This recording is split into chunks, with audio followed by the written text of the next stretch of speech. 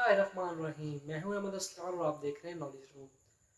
दोस्तों, मैदान करबला के अंदर जब इमाम हुसैन रजी अल्लाह तआला अन्हो नहर फुरात के पास पहुंचे तो आपने वहां से थोड़ा सा पानी पीने चाहा। जो ही आप पानी पीने लगे तो एक शख्स हुसैन बिन नुमैर ने आपकी तरफ एक तीर चलाया जो कि आपके दाहन मुबारक को लगा। दोस्तों, जो ये तीर लगा तो इमाम हुसैन रजी अल्लाह तआला अन्हो के मुंह से बेसाख्ता एक बद्दुआ निकल आई और आपने फरमाया कि ए अल्लाह, नवासे रसूल सल्लल्लाहु अलैहि वसल्लम के साथ ये सलूक करने वाले को तू चुन चुन कर कत्ल कर और इनमें से किसी को भी जिंदा ना छोड़ना। चुनाचे इस बद्दुआ का क्या असर हुआ, आज की इस वीडियो के अंदर हम आपको इसकी डिटेल बताएंगे। वीडियो शुरू करने से पहले आपसे गुजारिश करूंगा, अगर आपने अभी तक हमारा चैनल सब्सक्राइब नहीं किया तो उसे सब्सक्राइब करते हुए बेल के आइकॉन के बटन को लाजमी दबाएं ताकि हमारी आने वाली हर नई वीडियो आपको मौसूल हो सके। मशहूर मुहद्दिस अल्लामा इब्न जौज़ी अपनी किताब के अंदर लिखते हैं कि वो शख्स जिसने हज़रत इमाम हुसैन रज़ियल्लाहु तआला अन्हु के सर को अपने घोड़े की गर्दन से बांधा, उस शख्स का चेहरा काला हो गया और वो बिल्कुल तारकोल के जैसा नजर आने लगा। जो ही उसको लोगों ने देखा तो उन्होंने पूछा कि ए शख्स, तुम तो बड़े खूबरू थे, तुम्हारे चेहरे के साथ ये कैसे हुआ? तो उसने जवाब दिया कि जिस दिन से मैंने इमाम हुसैन रज़ियल्लाहु तआला अन्हु के साथ ये सलूक किया है, उस दिन से जब भी मैं सोता हूँ तो दो आदमी मेरे ख्वाब में आते हैं और वो मुझे पकड़कर एक आग की तरफ ले जाते हैं और मेरा मुंह उसके अंदर डाल देते हैं, और जब से ऐसा होने लगा है तो मेरा मुंह झलस के काला हो गया। ये शख्स कई दिन तक इस अजाब के अंदर मुब्तला रहा और आखिर में जल जल कर मर गया। अल्लामा इब्न जौज़ी मज़ीद लिखते हैं कि एक शख्स किसी महफिल के अंदर बैठा हुआ था। वहाँ पर कातिल हुसैन के अंजाम के बारे में गुफ्तगू होने लगी और कहने वाले ने कहा कि इमाम हुसैन रज़ी अल्लाह तआला अन्हो के तमाम कातिलीन को सज़ा दे दी जा चुकी है। जिसके ऊपर वो शख्स बोला कि ये बात बिल्कुल भी सही नहीं है, क्योंकि अगर ऐसा होता तो मैं भी उन्हीं कातिलीन में शामिल था, लेकिन मुझे कोई नुकसान नहीं पहुंचा। उसका ये कहना था कि वो वहाँ उस महफिल से उठा और अपने घर को चला गया। जो ही वो अपने घर पहुंचा तो उसके कपड़ों के साथ एक चिराग लग गया और उस चिराग ने उसके कपड़ों को जला दिया और साथ ही साथ उसके जिस्म को जला दिया।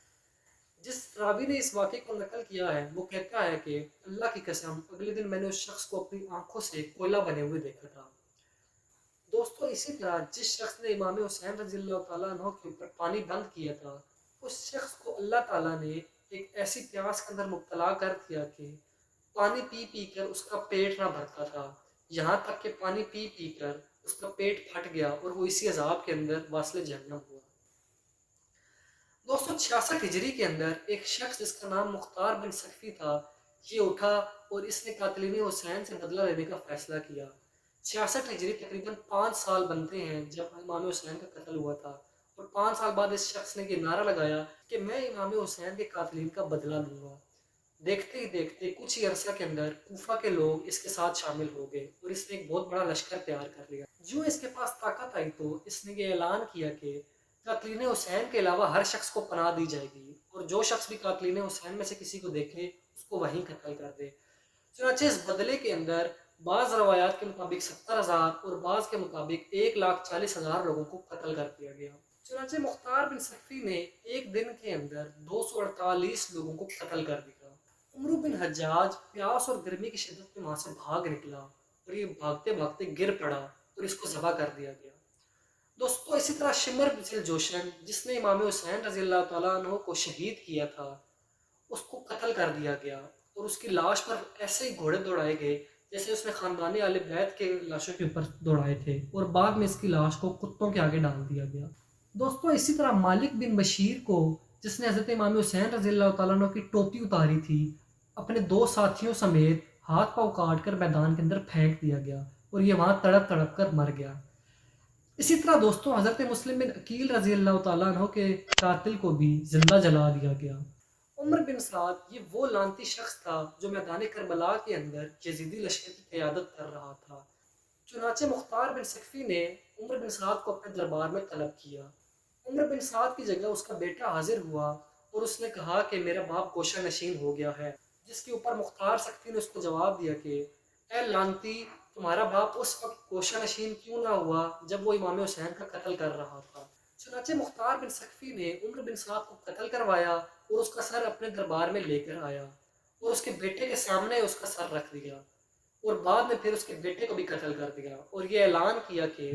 عمر بن سعد کا قتل امام حسین کے بدلے میں ہے اور اس کے بیٹے کا قتل حضرت امام حسین رضی اللہ تعالیٰ عنہ کے بیٹے کے قتل میں ہے۔ اس کے بعد مختار نے یہ اعلان کیا کہ عمر بن سعد کا قتل حضرت امام حسین کے قتل کے بدلے میں ہے اور اس کے بیٹے کا قتل حضرت امام حسین رضی اللہ تعالیٰ عنہ کے بیٹے کے بدلے میں ہے،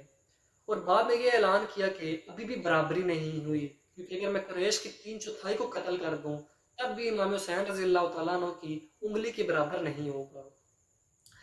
دوستو اسی طرح حکیم بن طفیل یہ وہ شخص ہے جس نے حضرت امام حسین رضی اللہ تعالیٰ عنہ کو تیر مارے تھے، چنانچہ اس شخص کو پکڑ کر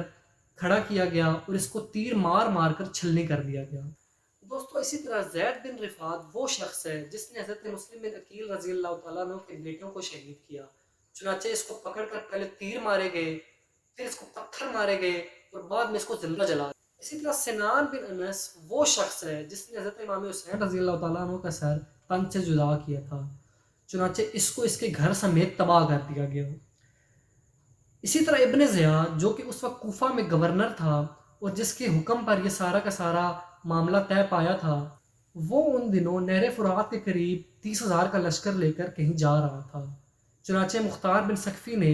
مالک بن اشتر کو لشکر دے کر اس کے خلاف جنگ کے لیے بھیجا۔ نہر فرات سے تقریباً 15 کوس دور یہ جنگ ہوئی، جس کے اندر ابن زیاد کے لشکر کو بہت بری شکست ہوئی اور ابن زیاد وہاں سے بھاگ نکلا۔